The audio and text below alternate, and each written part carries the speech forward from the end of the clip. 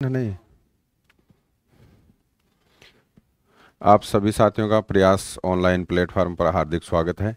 Task 13 के तहत जो इकोनॉमिक के क्वेश्चन है वो लेकर आए हैं, तो देखिए स्क्रीन पे आपके क्वेश्चन हैं। क्वेश्चन है 116 नंबर। राजस्थान में मंडियों की स्थापना एवं विकास के लिए राज्य कृषि विपणन बोर्ड की स्थापना कब हुई? इंपॉर्टेंट क्वेश्चन है ये, पूछा जा सकता है। तो 1974 में। कब हुई? 1974 में। और इसका मुख्यालय पूछ लिया जाए तो वो जयपुर में है। कहाँ है? जयपुर में। मुख्यालय पूछ लिया जाए तो कहाँ है? जयपुर में। नेक्स्ट क्वेश्चन है, कृषि उपज मंडी एक बाजार है, इनका विनियमन किस समिति के द्वारा किया जाता है? विनियमन यानी इसका संचालन किसके द्वारा किया जाता है? तो देखो, ये कृषि विपणन बाजार समिति, कृषि बाजार समिति, कृषि समिति, किसान समिति। तो इसका जो समिति द्वारा किया, इनका विनियमन किया जाता है। विनियमन कृषि विपणन बाजार समिति, कृषि विपणन बाजार समिति के द्वारा किया जाता है।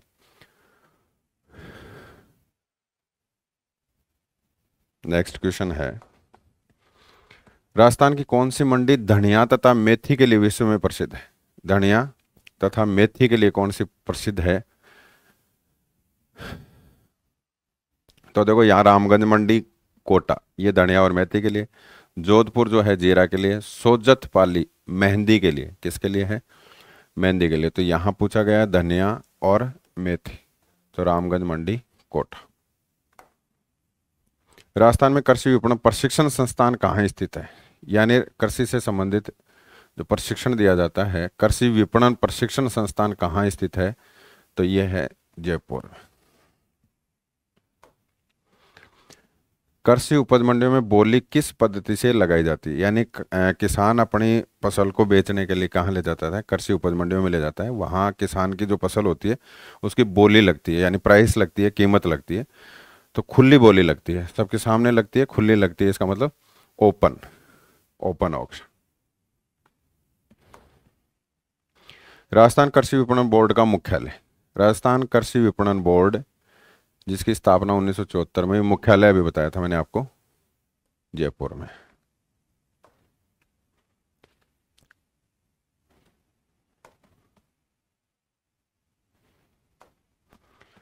मंडियों में तौल करने का कार्य कौन करता है? यानी जो तौल करते हैं किसान की उपज का, उसको कहते हैं, बस शब्द लिखा हुआ है, तुलावट। इन्हीं को हमाल भी कहते हैं। क्या भी कहते हैं?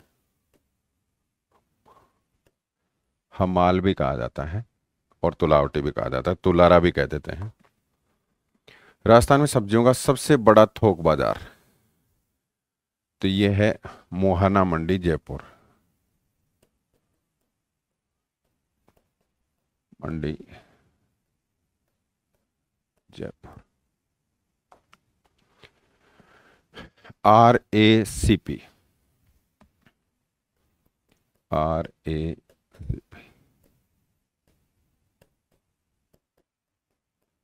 राजस्थान एग्रीकल्चर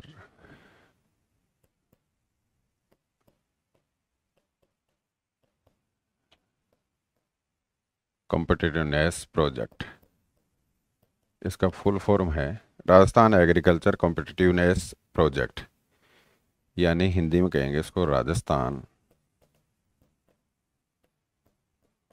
कृषि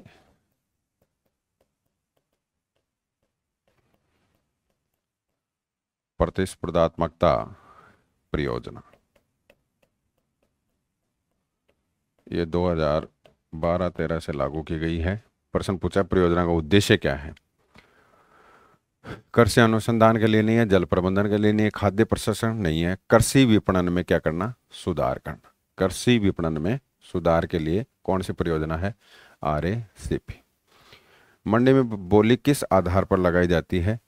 यानी क्या देखा जाता है? तो उपज की गुणवत्ता, बाजार की मांग, उपज का प्रकार, ये सभी देखे जाते हैं, सभी देखे जाते हैं। नेक्स्ट है, कृषि विपणन में ग्रेड ए का अर्थ, ए क्वालिटी का मतलब है उच्च गुणवत्ता। कौन सी गुणवत्ता? उच्च गुणवत्ता। नेक्स्ट है, APMC का पूरा नाम क्या है? तो इसका है एग्रीकल्चर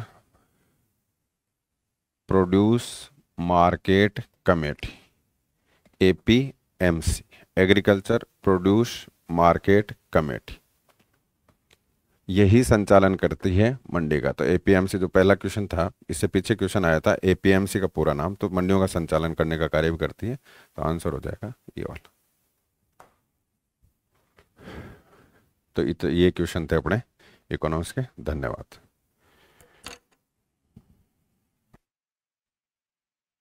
नमस्कार साथियों, मैं जय चौधरी, प्रयास के डिजिटल प्लेटफॉर्म पर आपका हार्दिक स्वागत व अभिनंदन।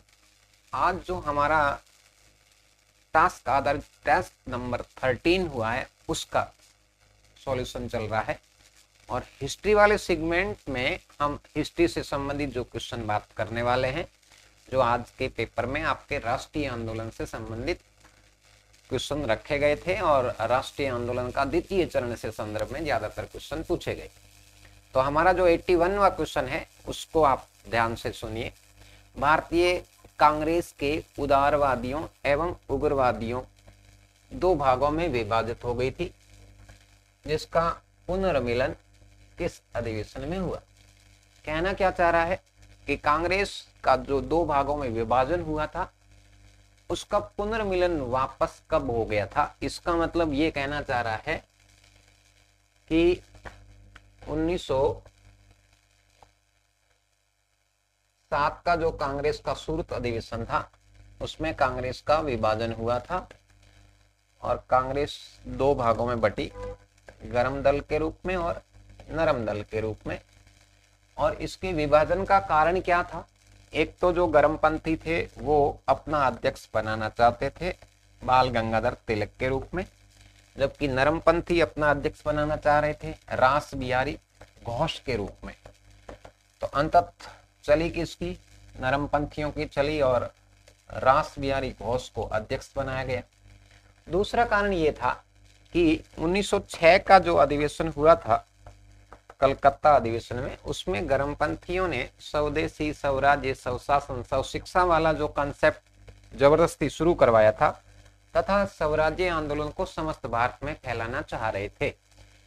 तो इसी विचारधारा को लेकर विवाद होने की वजह से सूरत में कांग्रेस दो भागों में बटी, जिसका पुनर्मिलन हुआ कांग्रेस के लखनऊ अधिवेशन में 1916 के अंदर। अब इस पुनर्मिलन के अंदर एनी की मुख्य भूमिका रही थी। किसकी? एनी बिसेंट की मुख्य भूमिका रही।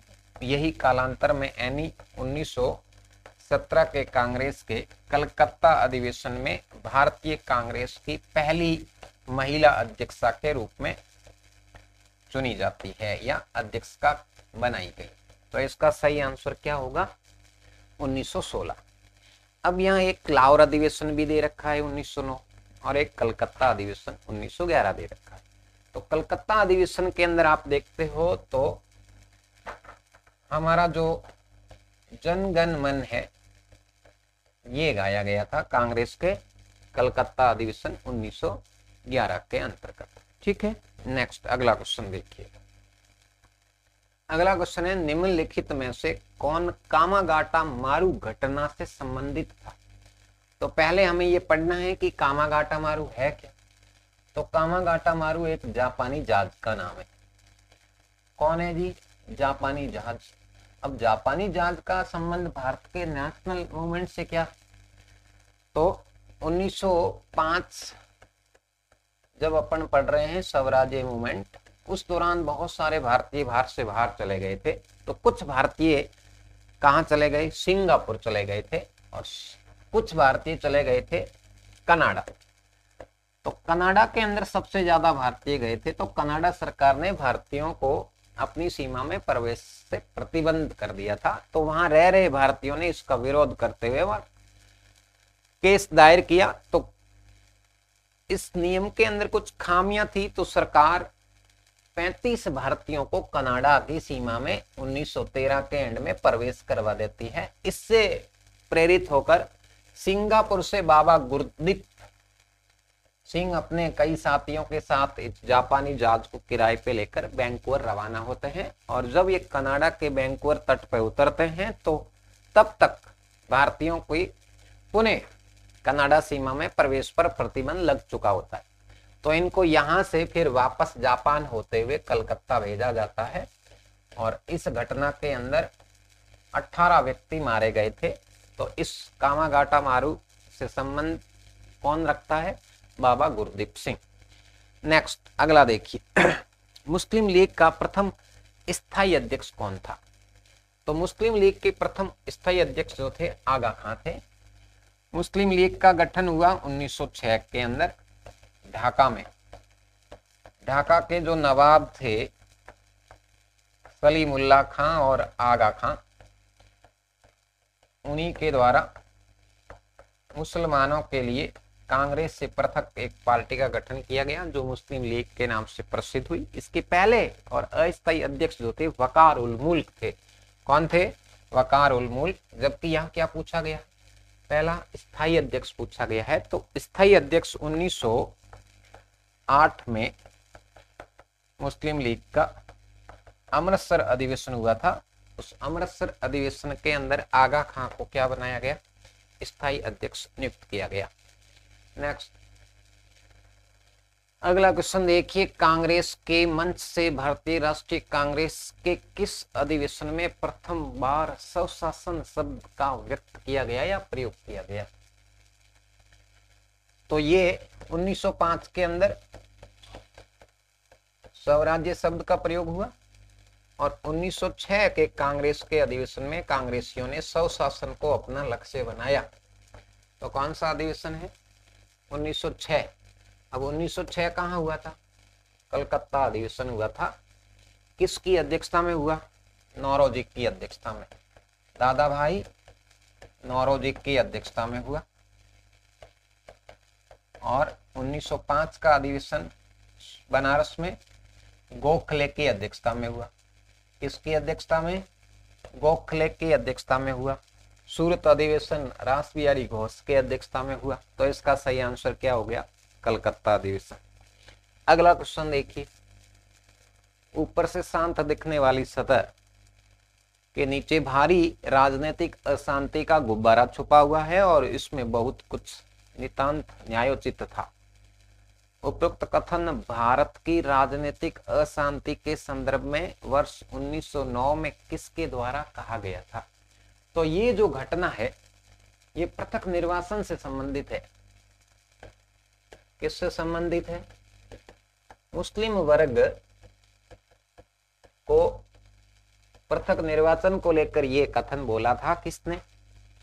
लॉर्ड मिंटो ने कहा था। किसने कहा था? लॉर्ड मिंटो ने। जबकि मुस्लिम लीग के गठन से पूर्व 1906 में मुस्लिम 36 कार्यकर्ता वायसराय लॉर्ड मिंटो से मुलाकात करते हैं और पृथक निर्वाचन की मांग करी थी, जिसे 1909 के अंदर सांप्रदायिकता के आधार पर पहली बार पृथक निर्वाचन दिया गया। उस दौरान ये कहा गया था। ठीक है, नेक्स्ट आगे देखिए, किस वर्ष भारत की राजधानी कलकत्ता से दिल्ली स्थानांतरण की घोषणा की गई? कंफ्यूज होते हैं यहाँ पर, एक घोषणा है और एक लाई कब गई थी। तो घोषणा हुई वर्ष 1911। दिसंबर 1911 में इंग्लैंड के सम्राट जॉर्ज पंचम अपने परिवार सहित भारत यात्रा पे आते हैं और उस दौरान राजधानी जो है कलकत्ता से दिल्ली स्थानांतरण की घोषणा की गई, क्योंकि उस दौरान जो 1905 में बंगाल विभाजन किया गया था उसको रद्द करने की घोषणा की गई और इसी के साथ राजधानी भी दिल्ली स्थापित करना, जो कब आई? 1 अप्रैल 1912। अगर पूछा जाए कि राजधानी दिल्ली कब स्थानांतरित की गई तो 1 अप्रैल 1912। ठीक है, नेक्स्ट क्वेश्चन देखिए, क्रांतिकारी जो होर्डिंग बम कांड में शामिल नहीं था, तो होर्डिंग बम कांड घटना हुई कब? दिसंबर 1922 में, 12 में हुई, 22 में। कब हुई? दिसंबर 1912 के अंदर हुई। इसके अंदर कौन सदस्य शामिल थे? तो मास्टर आमिर चंद थे, बाल मुकुंद था, अवध बिहारी थे, जबकि भगवती चरण वोहरा नहीं थे। और इस योजना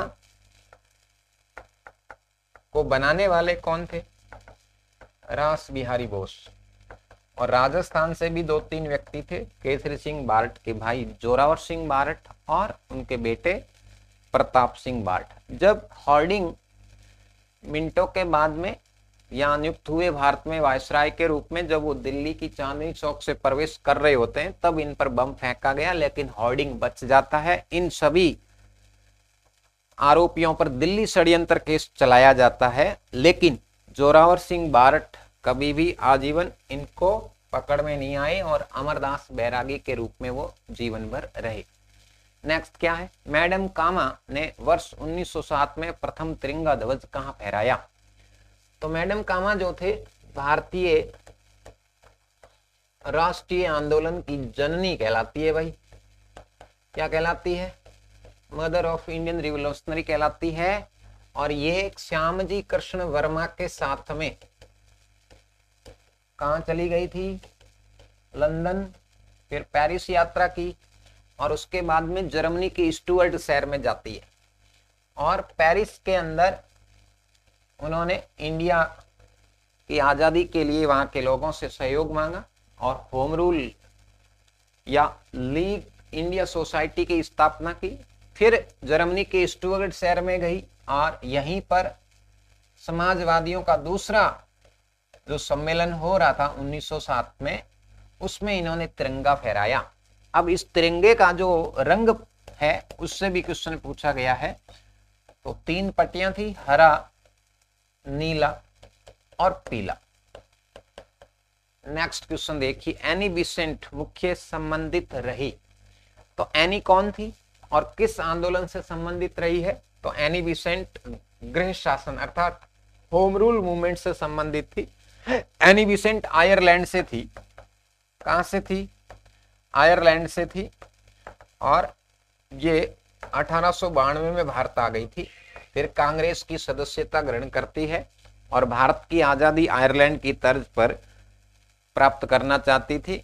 सितंबर 1914 में इन्होंने अपने पत्रिका कॉमनवेल्थ के अंदर पहली बार इस होम रूल मूवमेंट के बारे में बताया। कालांतर के अंदर तिलक जेल से बर्मा से वापस भारत पहुंचते हैं और अप्रैल 1916 से पूना और बेलगांव से होम रूल मूवमेंट की स्थापना तिलक ने की, जबकि सितंबर 1916 में मद्रास के अडियार से एनी बिसेंट ने होम रूल मूवमेंट की शुरुआत की थी। नेक्स्ट अगला क्वेश्चन देखिए, निम्नलिखित में से किसका योगदान होम रूल लीग की स्थापना में शामिल नहीं है? मतलब होम रूल मूवमेंट के सदस्य पूछे हैं कि होम रूल लीग किसने बनाई थी। तो अभी अपन बात कर रहे थे बाल गंगाधर तिलक ने 28 अप्रैल 1916 से पूना और बेलगांव से होम रूल लीग की स्थापना करके आंदोलन की शुरुआत की। और एनी जो थी मद्रास की कौन सी जगह से? अडियार से होम रूल लीग का गठन किया और आंदोलन शुरू किया। लेकिन यहाँ पूछा क्या है, कौन नहीं थे? तो सीआर दास नहीं है और एम सुब्रमण्यम अय्यर नहीं है, ये होम रूल मूवमेंट से संबंधित व्यक्ति नहीं है। तो इसका सही आंसर हो गया डी। अगला क्वेश्चन देखिए, क्रांतिकारियों ने एक मित्र मेला अभिनव भारत का गठन किया था। तो ये क्रांतिकारी संगठन है। तो मित्र मेला की यदि हम बात करें तो मित्र मेला का जो गठन हुआ था, ये मित्र मेला का गठन या स्थापना कब हुई? 1899 में हुई। यही मित्र मेला कालांतर में 1904 के अंदर नासिक में अभिनव भारत सोसाइटी या भारत समाज के नाम से प्रसिद्ध हुआ। इसके संस्थापक थे वीडी सावरकर। कौन थे? वीडी सावरकर। नेक्स्ट अगला क्वेश्चन देखिए, अनुशीलन समिति का संस्थापक कौन था? तो अनुशीलन समिति ये राष्ट्रीय आंदोलन के जो उग्र राष्ट्रवाद का प्रथम चरण है, उग्र राष्ट्रवाद के प्रथम चरण में अनुशीलन समितियों के माध्यम से बंगाल में राष्ट्रीय आंदोलन से ज्यादा लोगों को जोड़ा जा रहा था, जिसमें जतीन्द्र नाथ मुखर्जी अनुशीलन समिति के संस्थापक सदस्य रहे। नेक्स्ट अगला क्वेश्चन देखिए। अगले क्वेश्चन में क्या है, मुजफ्फर बम कांड में किसको मारने का प्रयास किया गया था? तो मुजफ्फर बम कांड जो हुआ 23 अप्रैल 1908 में उग्र राष्ट्रवाद के ही कुछ युवा जिन्होंने किंग्सफोर्ड को मारने का प्रयास किया था, और इसके अंदर दो प्रमुख क्रांतिकारी थे, खुदीराम बोस और इसका सहयोगी प्रफुल्ल चाकी। कौन थे? प्रफुल्ल चाकी थे। तो प्रफुल्ल चाकी और खुदीराम बोस के ऊपर फिर केस चलाया गया। खुदीराम बोस ने आत्महत्या कर ली और प्रफुल्ल चाकी को फांसी दी जाती है। जबकि इधर कर्जन वाइली दे रखा है, तो कर्जन वाइली की हत्या 1909 में लंदन में मदन लाल ढींगड़ा के द्वारा की गई। किसके द्वारा? मदन लाल ढींगड़ा के द्वारा। लॉर्ड मिंटो भारत का वायसराय था ही, और लॉर्ड जैक्सन, तो लॉर्ड जैक्सन की भी हत्या भारतीय क्रांतिकारियों के द्वारा की गई थी।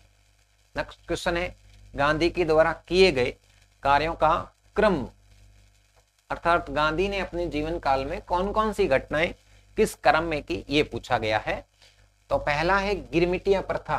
तो ये एक दास प्रथा थी जो भारतीयों को खरीद कर अंग्रेज अपने घरेलू काम या फैक्ट्रियों में काम कराते थे या गन्ने की खेती कराते थे। तो ये अफ्रीका से वापस आने के बाद 1916 में गिरमिटिया प्रथा को समाप्त कराया था।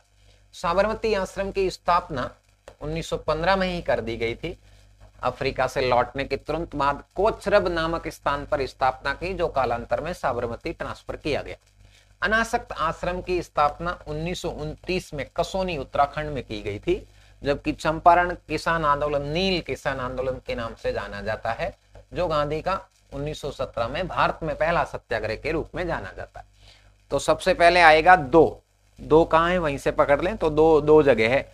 फिर उसके बाद में आप देखोगे 1, तो इसका पहला ही आंसर सही हो रहा है। 2, 1, 4, 3। नेक्स्ट और लास्ट क्वेश्चन देखिए,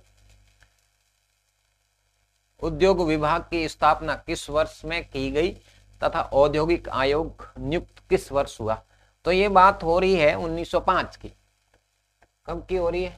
1905 की, जब स्वदेशी मूवमेंट चलाया जा रहा है बंगाल विभाजन के दौरान और विदेशी वस्तुओं का बहिष्कार हो रहा है, तब भारतीय उद्योगों के विकास के लिए उद्योग आयोग की स्थापना होती है, जिसकी नियुक्ति 1916 में हुई। तो इसका आंसर हो जाएगा बी।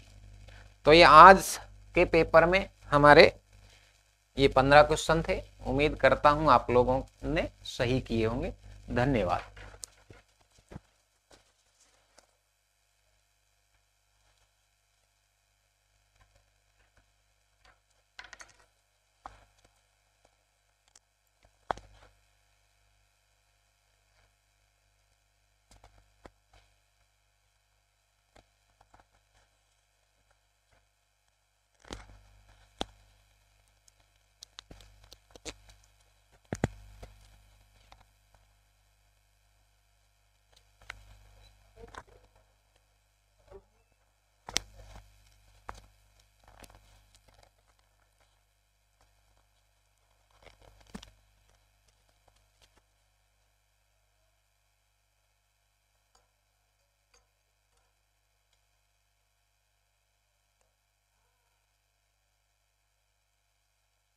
नमस्कार, प्रयास के ऑनलाइन प्लेटफॉर्म पे एक बार फिर आपका स्वागत है। और आज हम एक बार फिर आपका टास्क टेस्ट सीरीज का पेपर सॉल्यूशन है L2 SST, उसमें पॉलिटिकल साइंस के प्रश्नों का सॉल्यूशन लेकर उपस्थित हुए। उम्मीद कर रहा हूँ कि पेपर आप क्योंकि अब तो लगभग आपने 10-12 टेस्ट पेपर दे लिए हैं, तो आपकी बहुत अच्छी तैयारी होगी। और आज का टॉपिक था वो थोड़ा सा जनरली टॉपिक नहीं, भाई जनरल संविधान में जिससे पढ़ते हैं केंद्र राज्य संबंधों को लेकर था, तो कुछ अगर इसमें डाउट भी है तो हम क्लियर करने का प्रयास करेंगे। ठीक है, तो शुरू करो। निम्न से भारतीय संविधान का कौन सा अनुच्छेद आकस्मिकता निधि से संबंधित है? आकस्मिक निधि, तो देखो आपके पास पता नहीं कि दो निधियां हमें प्रमुख रूप से पढ़ते हैं, एक तो कौन सी, संचित वाली,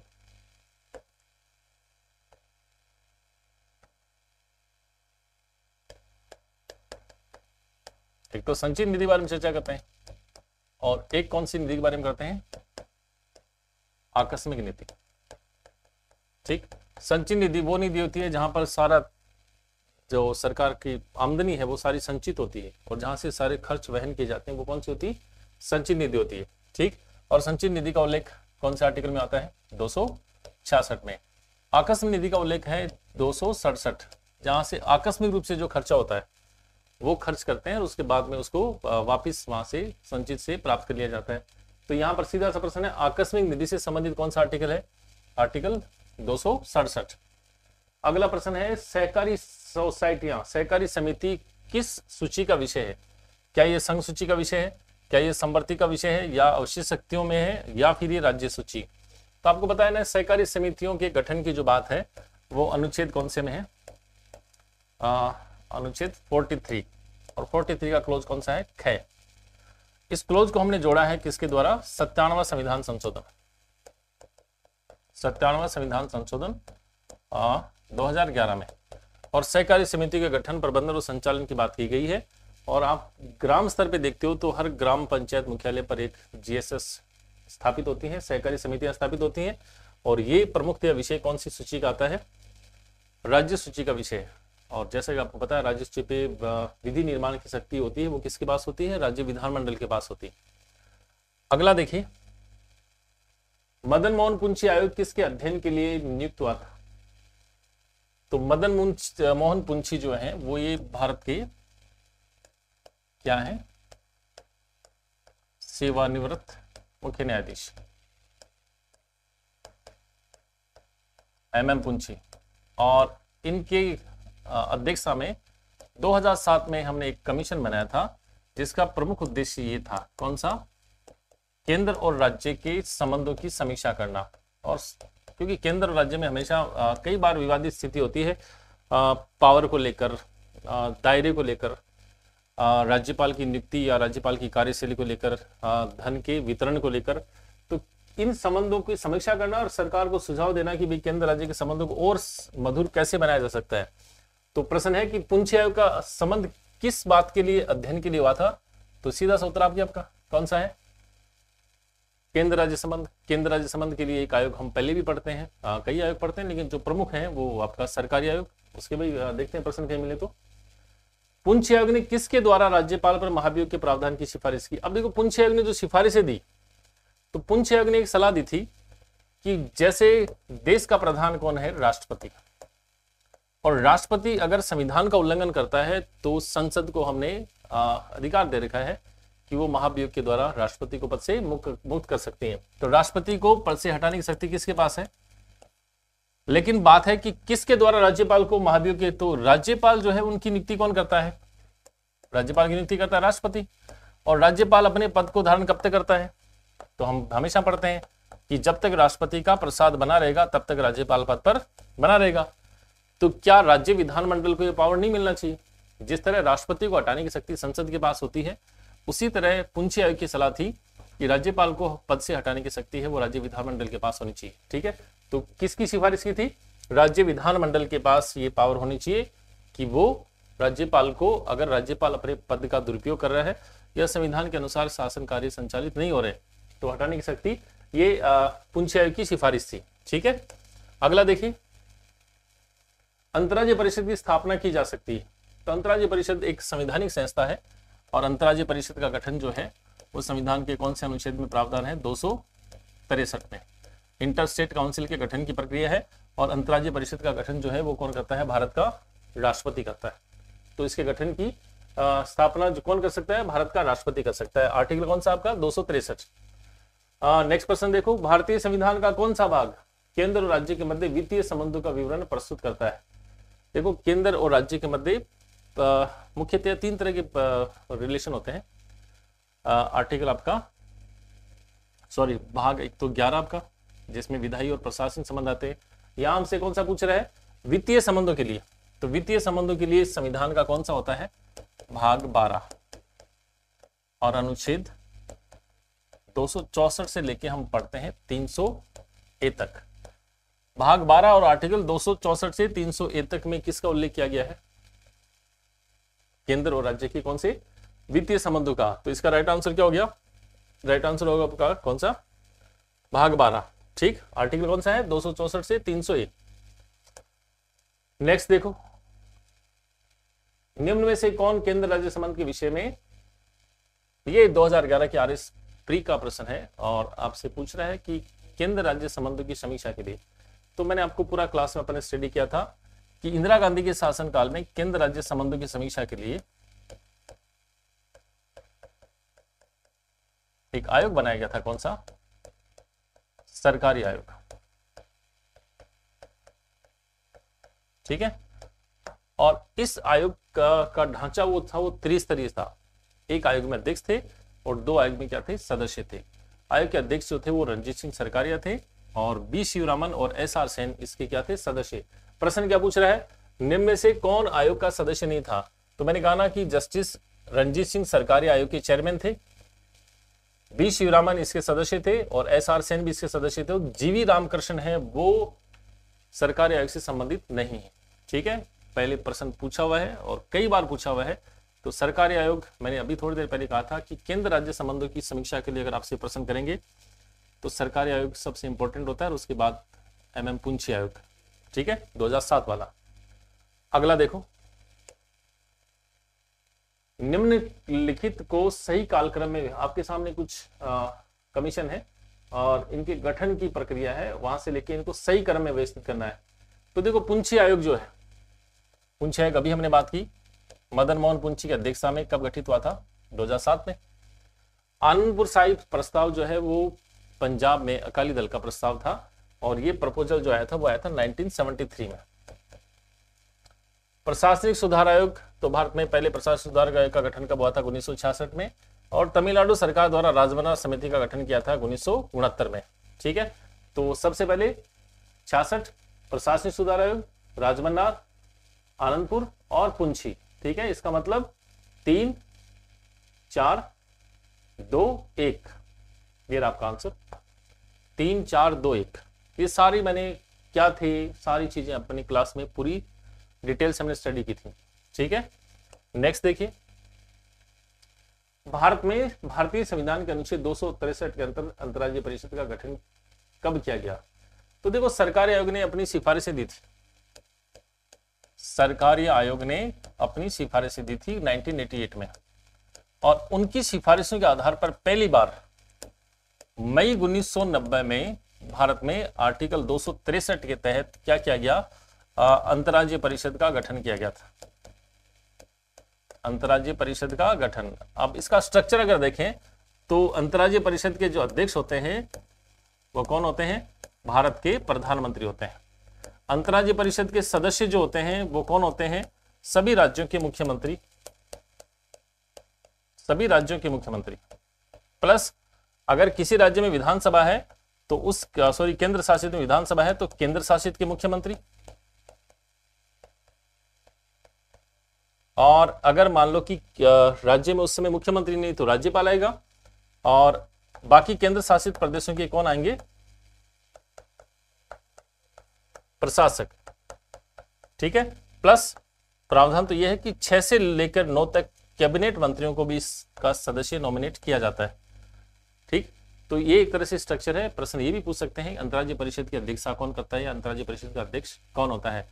तो ये उस समय विश्वनाथ प्रताप सिंह की सरकार थी और उस कार्यकाल में पहली बार भारत में सरकारी आयोग की सिफारिशों को आधार मानते ही पहली बार अंतर्राज्यीय परिषद का गठन किया गया था।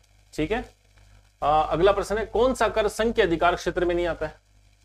तो इनकम टैक्स बिल्कुल संघ का विषय है, एक्सपोर्ट निर्यात कर संघ का विषय है, सीमा शुल्क संघ का विषय है, कृषि भूमि पर संपदा शुल्क ये संघ का विषय नहीं है। तो संघ के विषय के अधिकार क्षेत्र में कौन सा नहीं आता है, सी ऑप्शन है, कृषि भूमि पर संपदा शुल्क लगाना ये संघ का विषय नहीं माना गया।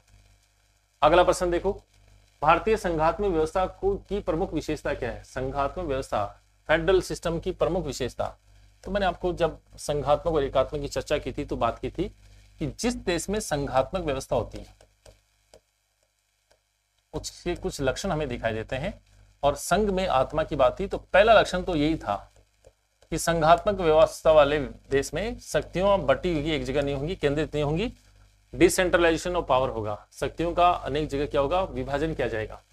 दूसरा मैंने कहा था कि इसकी खास बात होती है कि विभाजन लिखित में करना होता है, शक्तियों को आपको बांटना पड़ता है लिख कर कि किस पर कौन कानून बनाएगा, तो संविधान भी कैसा होना चाहिए, लिखित होना चाहिए।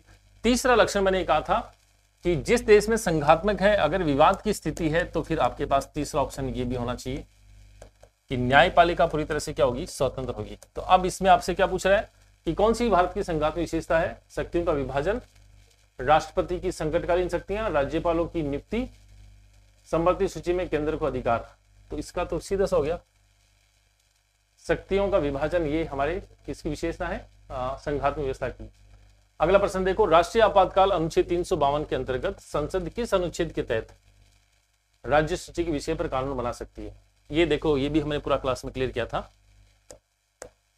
संघ सूची पर कानून कौन बनाएगा, संघ सूची पर कानून निर्माण की शक्ति किसके पास है, सबको पता है, संसद के पास।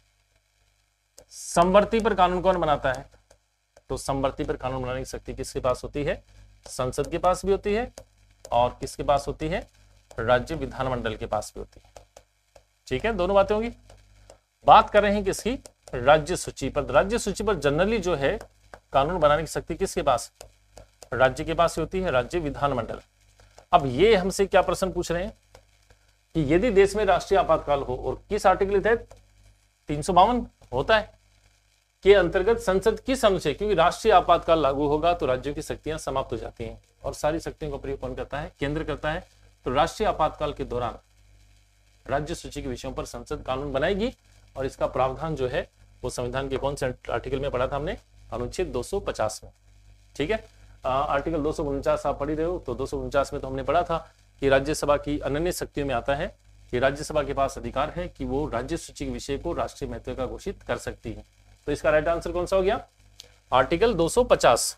ठीक, नेक्स्ट देखिए,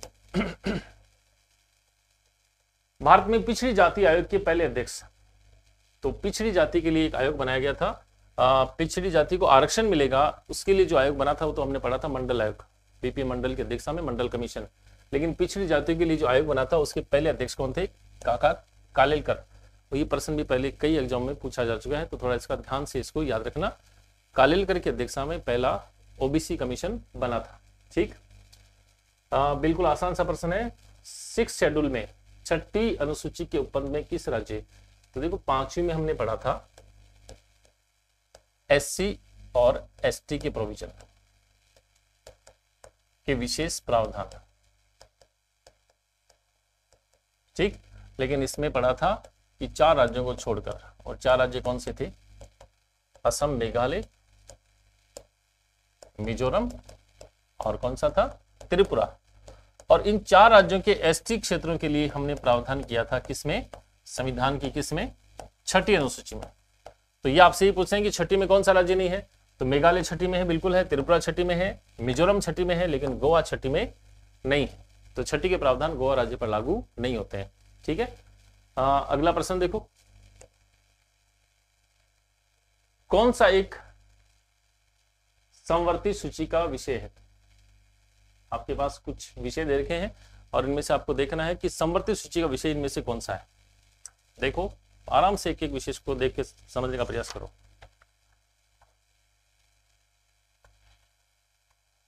कौन सा एक है जो समवर्ती सूची का विषय है या नहीं, वो देखो। पुलिस नहीं, पुलिस स्टेट होता है। रेडियो दूरदर्शन, आपराधिक मामले विदेश संघ में आते हैं, पुलिस राज्य में है। हमें पूछ रहा है समवर्ती, ये आपका आपराधिक मामले वो किस में आते हैं, वो समवर्ती सूची में शामिल किए जाते हैं।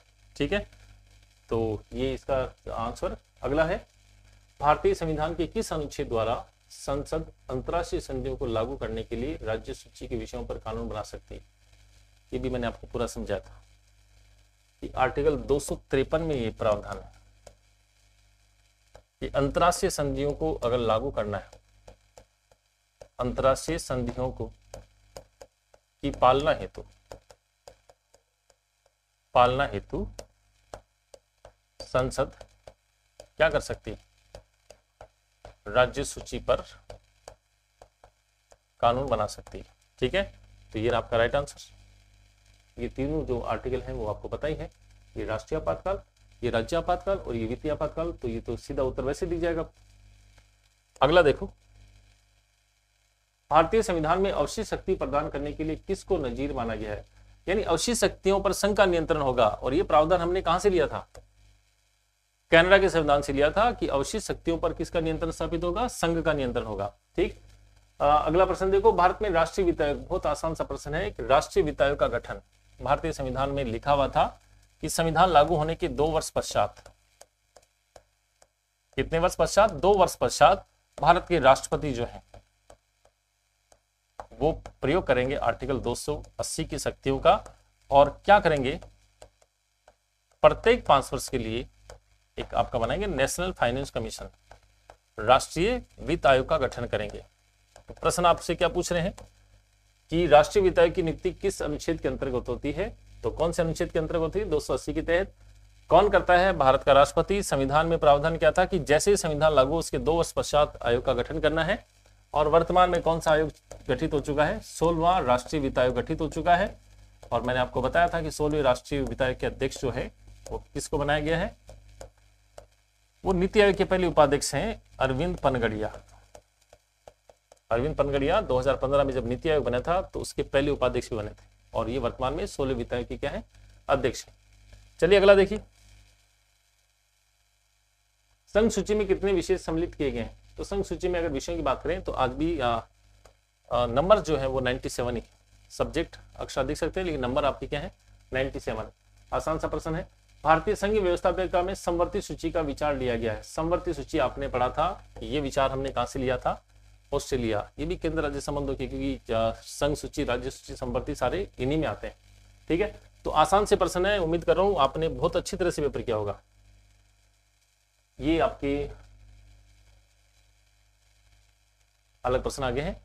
तो इस पेपर में जो 20 प्रश्न आपने किए थे, 1 या 2 प्रश्न को छोड़कर ऐसा कोई प्रश्न नहीं था जो हमने क्लास में डिस्कस नहीं किया हो। ठीक, अगर आपने नियमित क्लास भी ली थी तो इस पेपर में, टेस्ट पेपर में जो भी आपके प्रश्न है, उम्मीद करता हूँ सबका आपने बहुत अच्छे से उत्तर दिया होगा। और उम्मीद करता हूँ कि अब आपकी तैयारी भी लगभग बहुत अच्छे स्तर पे आ गई होगी। अगले सॉल्यूशन के लिए एक बार फिर मिलेंगे। और जैसा कि आपको पता है कि अगला जो आपका टास्क पेपर होगा वो लगभग फुल सिलेबस है, आपका रिवीजन वाला होगा। ठीक है, तो अगले सॉल्यूशन में एक बार फिर मिलेंगे। तब तक के लिए धन्यवाद।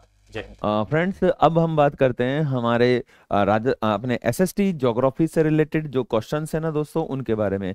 जो हमारा लास्ट टेस्ट हुआ है दोस्तों, उसमें विश्व के उद्योगों से रिलेटेड हमारे टॉपिक्स थे, हमारे क्वेश्चंस थे। तो हम देख लेते हैं, हम बात करते हैं। ये है हमारा विश्व का सबसे बड़ा औद्योगिक क्षेत्र कौन सा माना जाता है? तो दोस्तों, विश्व का सबसे बड़ा औद्योगिक क्षेत्र जो है उसको हम जानने से पहले हम देख लेते हैं कि ये जो उद्योग क्षेत्र हमने लिखे हैं ये कौन कौन से देशों में पड़ते हैं। इनमें सबसे पहले हम बात करें रूर क्षेत्र की। तो दोस्तों, ये रूर क्षेत्र जो है ये जर्मनी में पड़ता है। जर्मनी में पड़ता है हमारा रूर क्षेत्र। और ये जो रूर क्षेत्र है जर्मनी में, ये यूरोप के औद्योगिक क्षेत्रों का हृदय स्थल कहलाता है। ठीक है, ये ध्यान रखना है। उसके बाद ग्रेट लेक्स सेंट लॉरेंस जो क्षेत्र है दोस्तों, ये अपने को मिलेगा यूएसए में। और टोक्यो याकोहामा ये अपने को मिलेगा जापान में। फिर हम आते हैं जुबैल पे। तो दोस्तों, जुबैल जो है सऊदी अरब में है, सऊदी अरब में है। और दोस्तों, वर्तमान में ये जो जुबैल है हमारे विश्व का सबसे बड़ा औद्योगिक क्षेत्र बन चुका है। ठीक है, अब नेक्स्ट पे आते हैं। नेक्स्ट है रूर औद्योगिक क्षेत्र किस देश में स्थित है? तो दोस्तों, रूर जो है वो जर्मनी में स्थित है। जर्मनी का एक कोयला उत्पादक प्रदेश है, ये ध्यान रखना है। जर्मनी का एक कोयला उत्पादक प्रदेश है और इसे यूरोप के औद्योगिक स्थलों का हृदय कहा जाता है। ठीक है, नेक्स्ट क्वेश्चन पर हम आ जाते हैं।